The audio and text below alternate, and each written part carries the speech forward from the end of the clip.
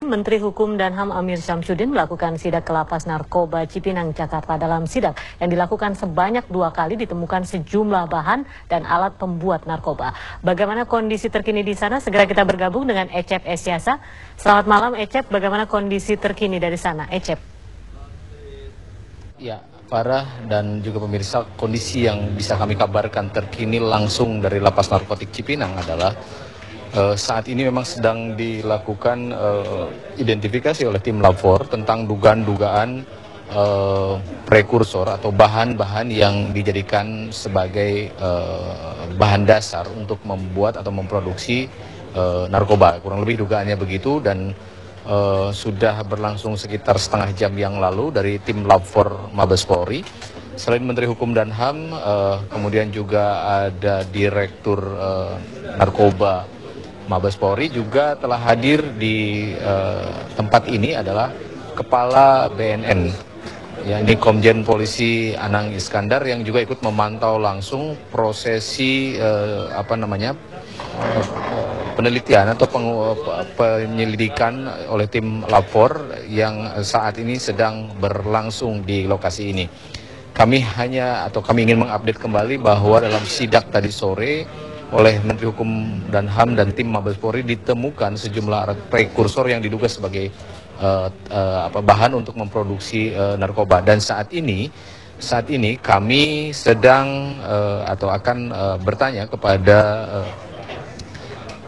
Kepala BNN dan juga kepada Bapak Arman Depari dari Mabes Polri untuk mengetahui apakah hasilnya identik atau sebagai bahan yang diduga untuk memproduksi narkoba. Selamat malam Pak Arman dan juga Pak Anang. Ya, selamat malam Mas. Pak Anang, pertama yang saya ke Pak Anang, barangkali Pak Anang laporan awal apakah memang dugaannya semakin kuat bahwa ini bagian dari proses produksi yang akan yang untuk memproduksi narkoba begitu? Ya, kalau kita lihat alat-alat ya yang ditemukan dan bahan-bahan itu ini bisa dipastikan. Tadi setelah diperiksa laboratorium bisa dipastikan lah ini merupakan bagian daripada proses untuk membuat sabu-sabu dan ekstasi. Dan kalau kita lihat alat yang pencetaknya ada, bahannya juga ada, semuanya ada, ini membuktikan bahwa ini adalah proses. Dan ini kita memberikan apresiasi kepada Dirbat Mabes Polri, ya kan, yang telah melakukan langkah-langkah bersama kita semua. Karena saya juga dihubungi untuk memantau kegiatan ini. Nah, kemudian termasuk yang paling utama memberikan apresiasi kepada Menteri Hukum dan HAM ya, yang secara sangat-sangat welcome bisa menerima tim sehingga proses berjalan sangat lancar. Meskipun ini tadi saya bisik-bisik sama Menteri Hukum, ini bisa mempermalukan saya, tapi saya apresiasi.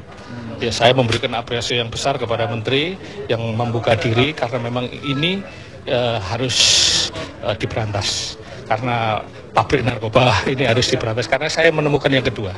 Ini yang kedua. Pertama, saya jadi Kapolres Surabaya itu di Medaeng. Ya, kemudian ini ya ketika saya jadi Kepala BNN ketemu lagi di Cipinang ini.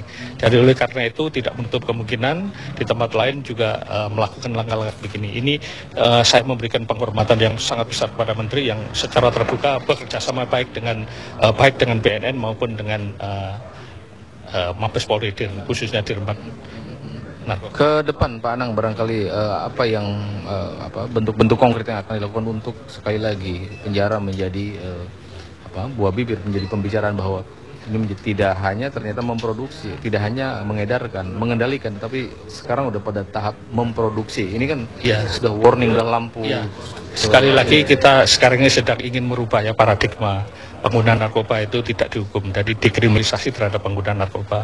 Kemudian kita bisa pisahkan pengguna narkoba yang merangkap bandar atau bandar saja atau khusus pengguna saja. Ini juga kita akan pisahkan perannya, termasuk mulai dari penyidikannya sudah kita jelaskan.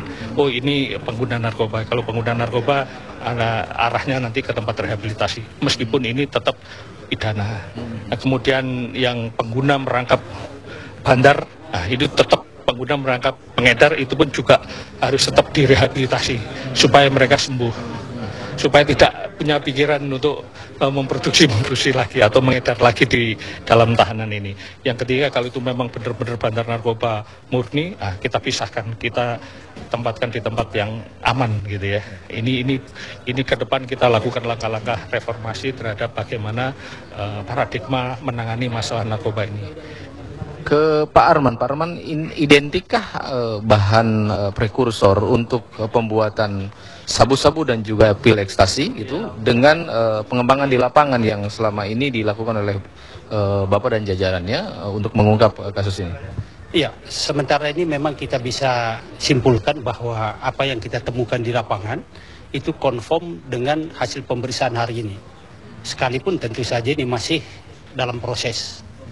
Tadi kita lihat bahwa kecenderungan ada 2 produksi, yaitu metamfetamin atau biasa kita sebut dengan sabu, dan juga amfetamin yang kita sebut biasanya dengan ekstasi. Dari hasil pemeriksaan laboratorium forensik Mabes Polri, maka kedua bahan itu ditemukan dan juga mesin cetak pil ekstasi kita dapat temukan, sehingga kesimpulannya dari 2 jenis narkoba ini memang kemungkinan diproduksi. Kalau melihat kecenderungannya, bandar utamanya itu adalah terpidana mati yang memang sudah menjalani masa tahanan, namun kembali memproduksi, kembali berbisnis dan bahkan sekarang membuat di dalam wilayah lapas gitu ya.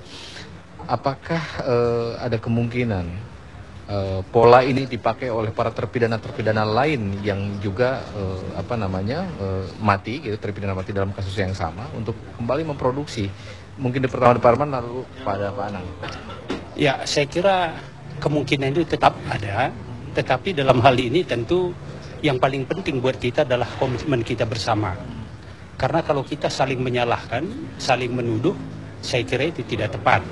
Maka sekalipun kita temukan di suatu tempat seperti lapas ini, dan apa yang sudah ditunjukkan dari Kementerian Hukum dan HAM, ini sangat patut kita hargai, sehingga ke depannya dimanapun bandar narkoba itu bersembunyi, kemanapun dia pergi, kita dapat temukan, dan itu untuk kepentingan bersama, untuk kepentingan masyarakat dan negara Republik Indonesia. Saya kira itu yang paling penting. Pak Anang, barangkali bisa dijelaskan lebih detail, apakah juga ada catatan-catatan yang secara khusus dicatat oleh BNN mengenai keterlibatan para terpidana mati yang kemudian masuk kembali dalam lingkar bisnis haram narkoba ini? Ya, ini merupakan budaya yang berkembang, ya kan, budaya yang berkembang.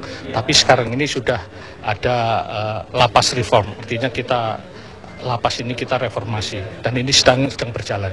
Dan saya menyarankan untuk mulai dari awal itu sudah memisah-misah antara peran sebagai pengguna narkoba, kemudian pengguna yang merangkap sebagai bandar, kemudian bandarnya saja. Nah, ini harus dipisah-pisah, dan ini terapinya berbeda-beda. Nah, ini yang sudah kami sampaikan kepada Kemenhukam untuk ke depan diambil langkah-langkah. Saya kira itulah langkah yang paling pas, sehingga hukuman mati tidak dicampur dengan pengguna. Sebaliknya, yang bandar merangkap pengguna itu pun juga harus ada rehabilitasi di lingkungan lapas, sehingga mereka benar-benar tersentuh pikirannya. Karena mereka yang kena atau menggunakan narkoba, yang dirusak itu pikirannya. Jadi mereka pikirannya ya begitu. Bagaimana caranya untuk meloloskan diri, gitu, kalau itu pengguna. Tapi kalau pengguna narkoba, ya dia bisa berhenti dan dia sehat kembali seperti kita biasa, gitu. Baik. Iya, Farah, memang tadi sudah disampaikan, confirm bahwa bahan-bahan prekursor ini adalah bahan-bahan yang dijadikan sebagai bahan untuk memproduksi narkoba jenis sabu-sabu dan juga pil ekstasi yang pasokannya diduga memang beredar di Jakarta dan sekitarnya. Informasi yang kami dapatkan dari beberapa sumber di Mabes Polri menyebutkan bahwa bisnis ini dilakukan di dalam sel, meskipun bahan-bahannya ada di tempat lapangan atau tempat kerja para napi, dan melibatkan satu bandar besar, sekali lagi satu bandar besar berinisial AS yang bersangkutan sudah menjalani cukup lama sebagai terpidana dalam kasus yang sama, yakni kasus narkoba. Dan pengungkapan ini diawali dari tertangkapnya seorang perempuan yang didapati membawa sejumlah narkoba jenis sabu-sabu dari lapas narkotik Cikunang, dan lalu dikembangkan dan ternyata sampai ke wilayah di mana ada satu anggota lapas di lapas narkotik Cipinang itu ikut diamankan atau ikut ditangkap yang diduga kuat memiliki keterlibatan dalam lingkar bisnis narkoba yang diproduksi dalam lapas narkotik Cipinang ini.